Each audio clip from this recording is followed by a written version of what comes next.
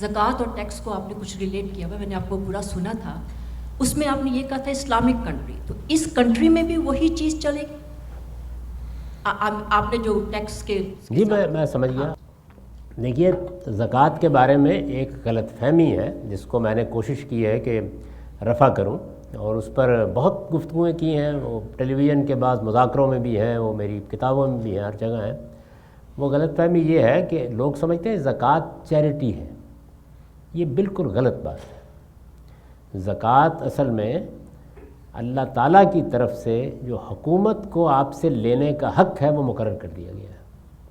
یعنی سب سے بڑا مسئلہ جو حکومتوں کے درمیان، حکومت انسان کی ضرورت ہے، یعنی اس کے بغیر امن قائم نہیں ہو سکتا. انسان چونکہ اپنے ارادے کو غلط استعمال کرتا ہے، تو پہلے دن سے یہ فیصلہ کیا گیا کہ کوئی حکومت خواہ وہ قبائلی سطح کی ہو قائم ہونی چاہیے. اس کو چلانے کے لیے پیسے کی ضرورت ہوتی ہے، اور حکومت کی کچھ ذمہ داریاں بھی ہیں. تو اس میں یہ سوال پیدا ہوتا ہے کہ پھر حکومت کیا کنٹریبیوشن پر انحصار کرے گی؟ یعنی آپ چاہیں تو آج چیک لکھیں اور چاہیں تو نہ لکھیں، کیا ایسے چل سکتی ہے؟ تو لوگوں نے کہا کہ نہیں، بادشاہوں کو اختیار ہے کہ وہ زبردستی آپ سے لے لیں. اللہ تعالیٰ نے اس کو تسلیم نہیں کیا، اور یہ کہا ہے کہ کسی کی جان، مال اور عزت کے خلاف زبردستی کوئی اقدام کرنے کا حق کسی کو بھی نہیں.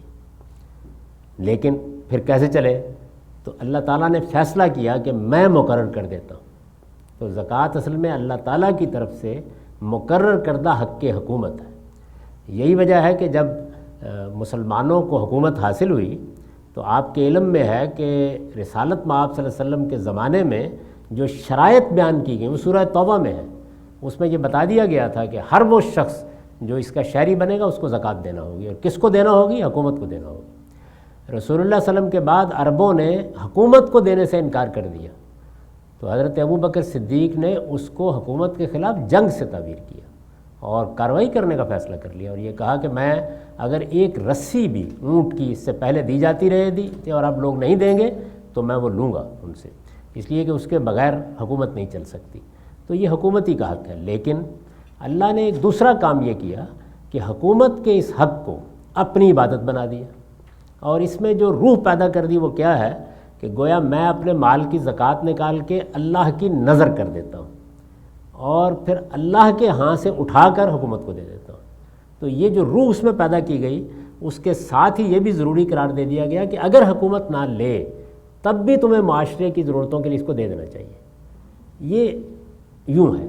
آپ میری کتاب میزان میں دیکھیے جو پورے اسلام کو بیان کرتی ہے، تو میں نے اس میں زکوٰۃ کو معیشت اور سیاست کے بعد میں نہیں بیان کیا، عبادات کے بعد میں بیان کیا. یہ اصل میں عبادت ہے، لیکن اس عبادت کو جس طرح جمعے کی نماز کو ریاست سے ریلیٹ کر دیا گیا ہے، اسی طرح اس عبادت کو ریاست سے متعلق کر دیا گیا ہے. تو اب قانون کیا ہوا؟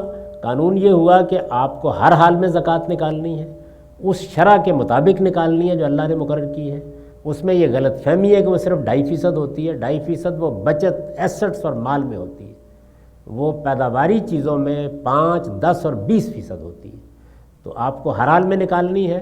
اگر حکومت لے گی تو اس کو دے دیں گے، حکومت نہیں لے گی تو اپنے طور پر ان چیزوں پر خرچ کر دیں گے جن پر اللہ نے خرچ کرنے کی ترغیب دی ہے. یعنی وہی لوگوں کی بہبود کے معاملات، کسی غریب کو دے دیں، مسکین کو دے دیں، ایجوکیشن میں دے دیں، جو حکومت کام کرتی ہے انہی کاموں کے لیے آپ انفرادی طور پر دے دیں گے. اصل قانون یہ ہے. اس کے بعد اب یہ سوال پیدا ہوتا ہے کہ حکومت اگر صرف مسلمانوں کی ہو، مسلمانوں کی حکومت ہے تو اس کا فرض ہے کہ وہ زکوٰۃ لے اور ٹیکس نہ لے، اور ہمارا فرض ہے کہ ہم اس کو ادا کر دیں. لیکن اگر کوئی غیر مسلموں کی حکومت بھی وہ سارے کام ہمارے لیے کر رہی ہے، یعنی غیر مسلم اکثریت کی حکومت ہے، اور وہ بھی وہ سارے کام کر رہی ہے کہ جو اللہ تعالیٰ چاہتا ہے کہ ایک اچھی حکومت کو کرنے چاہیے، تو اس کو بھی دینے میں کوئی حرج کی بات نہیں.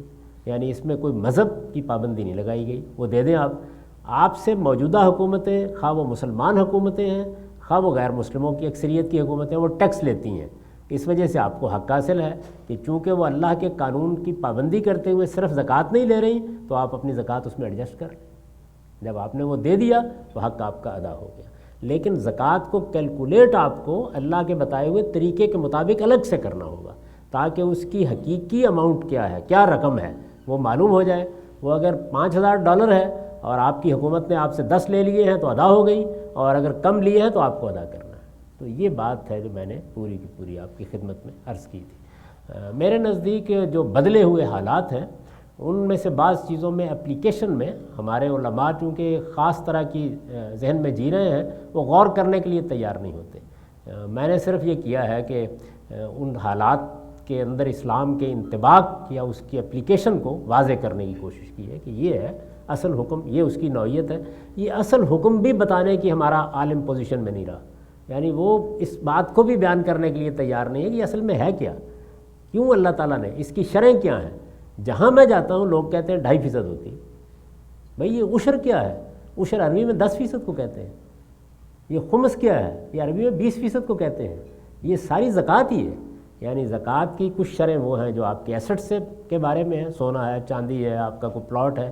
زکوٰۃ کی کچھ شرح ہیں جو آپ کی پیداواری یونٹس کے بارے میں ہیں، یعنی آپ کی زرعی زمین سے پیداوار ہو رہی ہے، آپ کی صنعت سے، انڈسٹری سے پیداوار ہو رہی ہے، آپ کے کسی پلازا سے، کسی عمارت کے کرائے سے پیداوار ہو رہی ہے، آپ کی سیلری سے پیداوار ہو رہی ہے، آپ ڈاکٹر ہیں، آپ کی فیسوں سے پیداوار ہو رہی ہے۔ ان سب میں 5، 10 اور 20% ہے۔